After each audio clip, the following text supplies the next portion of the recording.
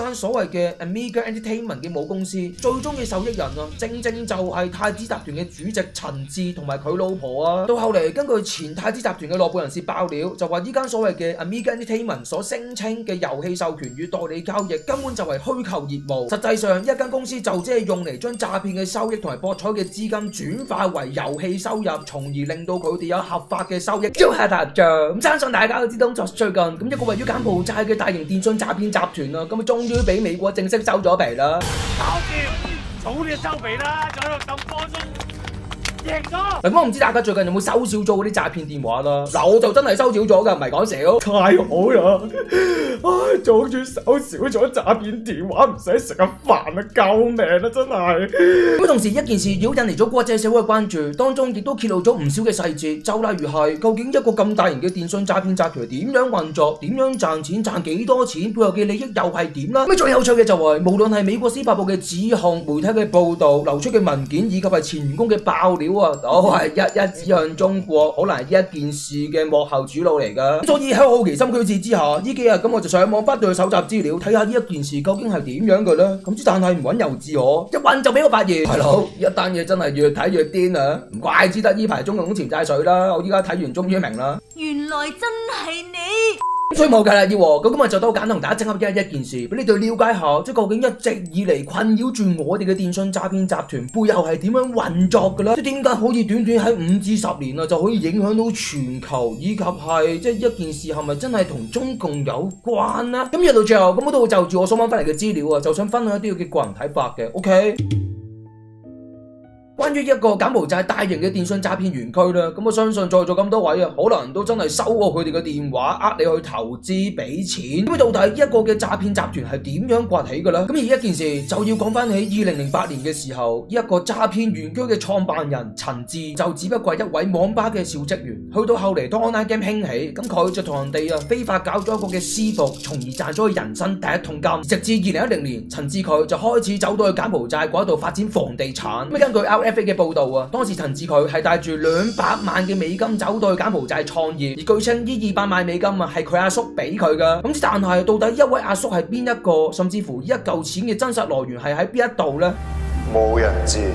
而話咁快去到2015年，陳志就開始創立太子集團，隨後更加係加入成為柬埔寨國民，仲被封為公爵，擔任前總理洪森嘅經濟顧問。咁而喺一段時間裏邊，陳志嘅人生就好似開咗外掛咁樣，不斷扶搖直上。咁而且佢仲喺柬埔寨嘅西港嗰度建立自己嘅勢力，從而就逐漸成為柬埔寨西港最大最出名嘅電信詐騙園區啊！咁只不過直到今年嘅10月，咁美國司法部正式起訴陳志，扣查佢接近13萬枚嘅 Bitcoin， 大約係140億美元。咁而且仲將佢以及有關人同埋企業都列入制裁名單。而其後英國政府亦都宣布凍結陳志嘅英國資產，當中就包括咗大約19棟嘅房地產，價值為1億3300萬美元。再到近期，新加坡警方亦都宣布對太子集團喺新加坡嘅資產進行凍結調查。都可以發現，而家全球多個地方都係開始去打擊一個電信詐騙集團啦。咁根據美國司法部嘅指控就太子集團佢背後所操控嘅柬埔寨大型電信詐騙園區係可能涉及第一，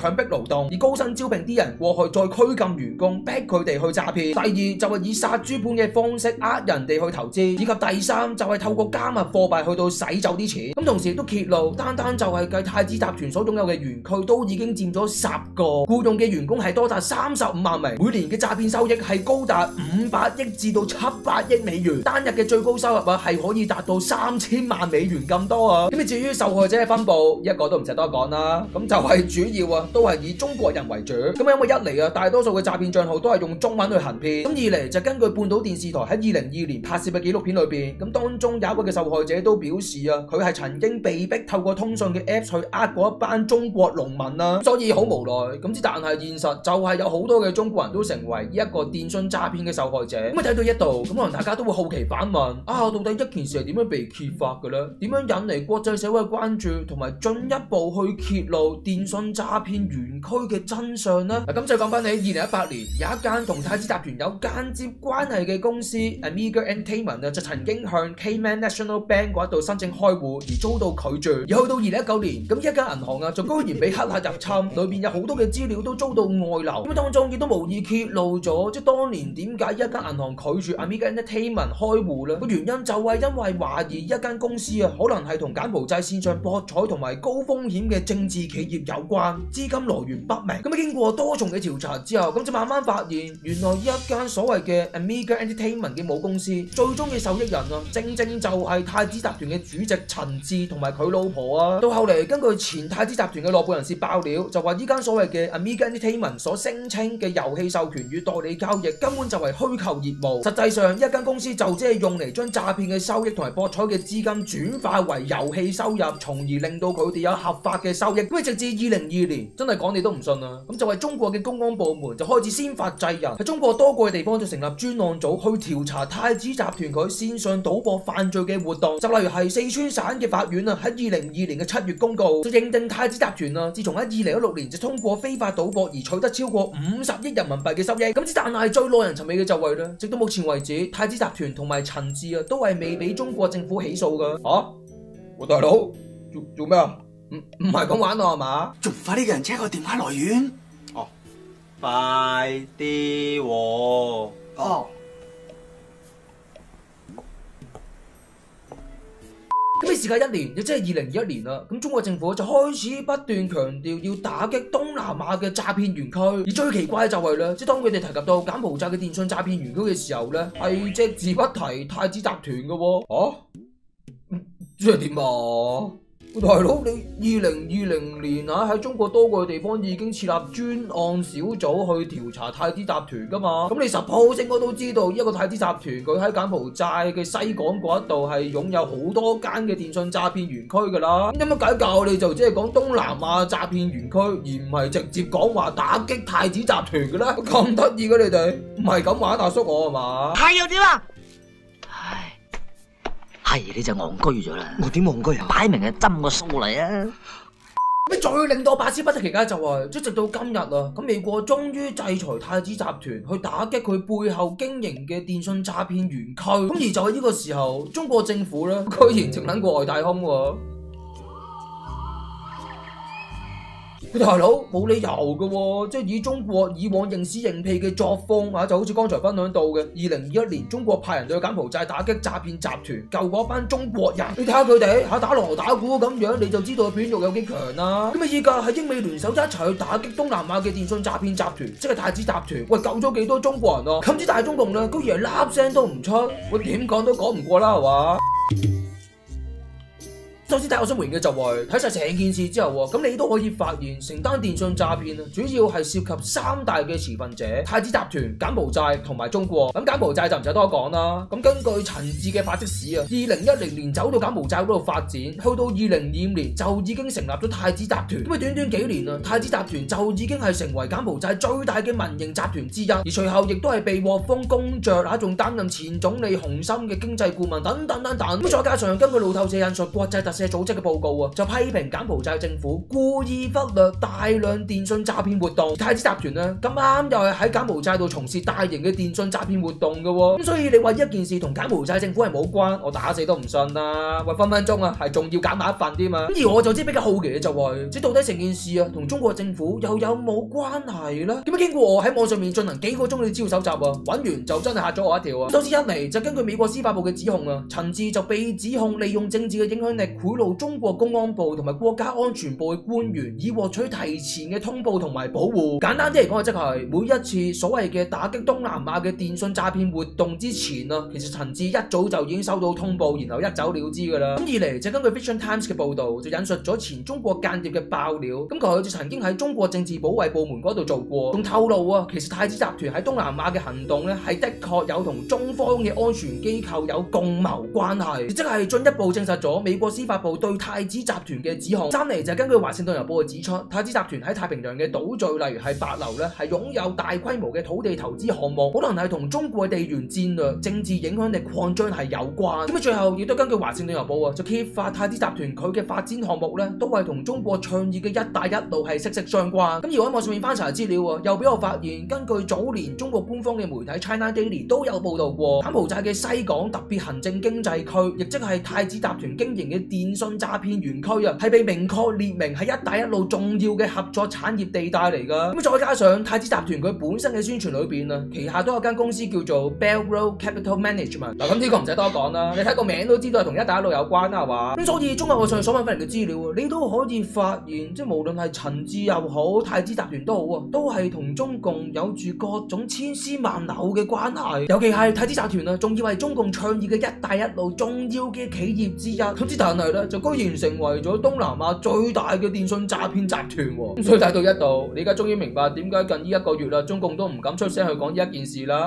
第二就根據上述我所揾翻嚟嘅資料咧，其實當中有一點咧，都係引起咗我嘅好奇，就係根據華盛頓郵報指出，有一個嘅太平洋島嶼帛琉，咁太子集團就利用子公司以長達99年嘅租貸方式去取得部分土地。咁奇怪嘅地方係喺邊一度咧？咁就係一嚟帛琉呢一個嘅島嶼啊，其實係位於第二島鏈裏邊，介乎喺菲律賓、關島同埋台灣之間。二嚟就係美國喺當地亦都設有雷達監測系統同埋海軍補給設施，係美國快速部署同埋防衛台灣嘅重要節點之一。以及三嚟就帛琉一個地方啊，係少數仍然承認台灣嘅一個國家之一。所以呢一個真係一個巧合嚟嘅，定還是係太子集團佢真係配合緊中共嘅地緣戰略去滲透帛琉，獲取美國嘅戰略情報，以及係用嚟削弱美國同台灣嘅影響力啦。咁而我亦都有理由相信，今次美國出手打擊太子集團呢，可能詐騙就只係其中一個嘅原因，而背後真正嘅原因係乜嘢？美國依家可能係意識到中共係利用緊太子集團去進一步擴張佢嘅地緣政治影響力，從而影響到美國嘅國安，先令到美國政府不得不夾一件事，一鋪 KO 太子集團。咁如果真係咁嘅話呢，一件事都可以反映出兩點。第一點就係美國制裁太子集團啊，可能就只係想殺雞儆猴，話俾中共知道。你唔好以為喺我背後搞埋晒啲滲透，我就唔知道先得㗎，同我玩嘢收皮啊你！咁第二點就係某程度啊，美國係間接保護咗台灣，因為防止帛琉被滲透，美國同台灣嘅影響力就會得以維持。咁最後第三啦，我覺得成件事最可怕咧，即除咗係太子集團可能係同中共有關之外，你哋中國出咗一個太子集團，呃咗你哋幾十萬中國人嘅血汗錢，仲要呃埋你哋走到柬埔寨工作，強迫勞動，當你班人係奴隸咁用，真係睇睇你哋，大部分嘅中國人都居然可以繼續若無其事咁樣生活，講翻就好似係嗰班俾人呃嘅中國人就唔係人，只要係中國嘅集團、中國嘅企業，無論係做盡壞事又好，打你哋呀、呃你哋錢都好，都好似冇問題咁樣嘅。哇！你個人好嘢啊，冇得頂，真係你點會仲有得頂啫咁樣？所以有一句說話真係講得你班中國人好啱，就喺善良面前就非常兇狠，喺罪惡面前就係驚人嘅沉默。你哋咧可以話完美演繹咗一句出嚟添啊！咁所以有時真係唔怕得罪你咁講句，點解人哋咁睇唔起呢班中國人呢？唔係冇原因嘅，你自己望下啦。你這是霸凌！你裝什麼受害者？受害的明明是我們，合着我被歧視了，我還不能反擊？你嚟啊！我想好啦，我要睇醫生啊！咁啊，講咗先，咁一件事啊，希望俾大家去了解下一個太子集團，一個電信詐騙集團背後嘅運作，即係到底係涉及到邊一方面啦。咁最好笑嘅就係咧，一個嘅電信詐騙集團，居然係同中國一直以嚟倡議嘅一帶一路係有直接關係嘅喎。咁怪之得咁多年嚟啊，中國政府一直打擊嗰啲電信詐騙都咁唔成功啦。咁因為真正嘅 boss 會俾人拉到啊嘛。咁而究竟邊個係真正嘅 boss 啊？自己諗下咯。咁同時一件事可能就只係揭露中國一帶一路嘅潛在問題，表面上就同其他國家合作發展，實際上呢可能就只係同流合污，又搞詐騙又掠錢，甚至乎仲要係用嚟擴張中共嘅地緣政治影響力。唉，救命！真係名副其實嘅世界毒瘤啊！咁咁啊最後啦，咁就對呢件事點睇咧？咁有趣觀眾亦不妨喺下面度分享啦。咁多嘅最點咧，將埋subscribe 咗冇 red 嘅總真係即係頭先收睇，拜拜。喂，薯餅，你做咩啊？喺你爸爸上面啊，望緊你噶，你咩事？你睇下你做乜鬼嘢嚟啊？跳落去啦未？哎喲，你真係啊，做咩飲水未啊？爸爸望住你㗎啦，快啲乖啦，飲水啦，係啦，乖啦，喂，你得㗎啦，你真係，你唔係飲水嘅咩？你唔好間個水兜先得㗎，你真係。爸爸平時點教你㗎？你哋得㗎啦，你睇睇冇晒家教依家係咪啊？爸爸平時叫你唔好搞個水兜，你睇你仲要搞添啊？喂，唔準啊！喂，你得㗎啦，你個薯餅，你真係薯餅唔得啦，唔可以咁樣啦，你真係啊！你得㗎，飲水咪飲水咯，係咪啊？你搞個水兜做乜嘢啊？你睇你，冇啊，唔得啦！喂，你好啦，你真係，到時啊啲姐姐鬧你，你啊真係知衰啦，係咪啊？係啦，乖啦，嗱咁高一啲飲水咪好啦，係咪啊？如果你也想成为下一位爆红创作者，请打开下方资讯栏链接，一起来投稿吧。